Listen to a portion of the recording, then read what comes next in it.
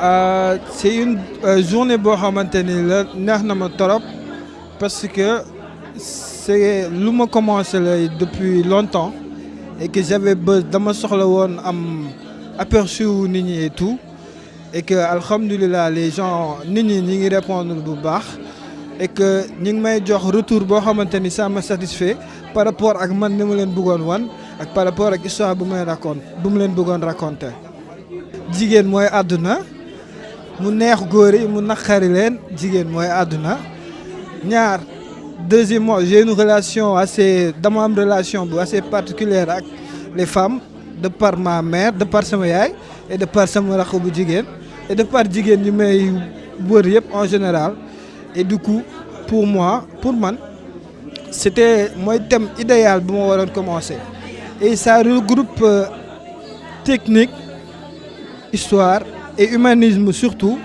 J'en avais besoin pour man sama xol fees sama xol tooy j'avais besoin dama soxla woon wane jàmbaarte jigéen yi surtout ñi nekk ci àll bi nag parce que à chaque fois su ma doon dem ci àll bi fajar ñoom ñooy ñi ki génn ci bout de champ yi ñoom ngay dajeel ñuy dang-dangi suba ak ngoon. C'est comme si ces villages là y avait pas des jigéen des hommes des góor des hommes yuy liggéey c'était tout le temps les jigéen yi laa doon gis ñu liggéey. Et pour moi, il y avait un manque d'information qu'on a buñ joxul woon nit yi et qu'il fallait que ma joxe ko.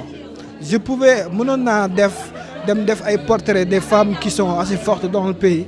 mais c'était du am sens bi ma bëggoon man. Fallait que ma dem dundee ko noonu pour xam exactement pour am li ma bëgg pour mën a atteindre nit ñi émotionnellement quoi. C'est surtout ça. Je dis à nguuru Sénégal ak képp kuy liggéey dañ accentuer seen travail ci jigéen yi parce que benn elles sont passionnées ñaar elles sont braves et elles trichent rarement c'est déjà quelque chose et je trouve que buñ leen exploiter woon bu baax ñu exploiter leen dans le vrai sens du terme comme ni ñu jëlee nit di ko exploiter maanaam seen liggéey ñu yóbbu ko par exemple ki yeewu fajar di dem daani doole ñëw journée bi mu am benn ñetti téeméer kooku bu gisee journée junni ce sera beaucoup plus bénéfique pour moom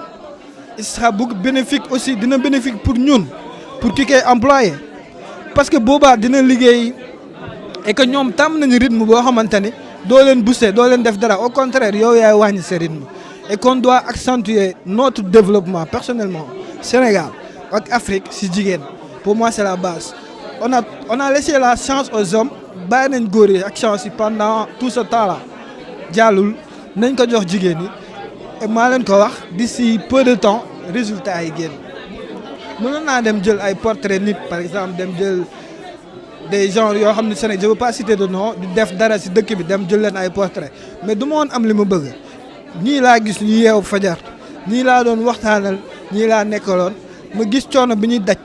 gis ni lii war nañ ko wane te wane wuñ ko fallait que ma wane ko c'était un devoir pour moi moo tax. Pour moi, c'était le thème idéal, c'était les femmes rurales. Et si c'était les femmes citadines de la ville là, am na ñu koy def te ñu ngi koy def bu baax. Du coup, ça servait à pour man ça du jëriñ dara que may def comme ñoom. Il fallait que faire autre chose et se démarquer.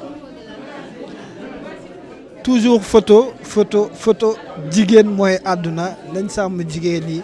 ñu dénk leen liggéey yu wóor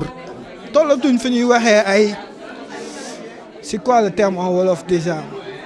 ay góor ak jigéen ñu tollatuñ fa fi ñu toll mooy nañ jox jigéen yi ñu jiite ñun ñu topp seen ginnaaw fi ñu leen war a encourager ñu encourager leen et pas jox jigéen mu jiite parce que da nga bëgg jigéen jiite jigéen bu nekk fi mu war a nekk nañ ko fa teg bi jàng ak bi jàngul ñoom ñëpp dañ am seen place société bi lenn lañ déggoo ñoom ñëpp mooy ñoom ñooy àdduna et que ñoom ñeme nañ liggéey pour moi c'est ça l'essentiel c'était ça l'important en fait.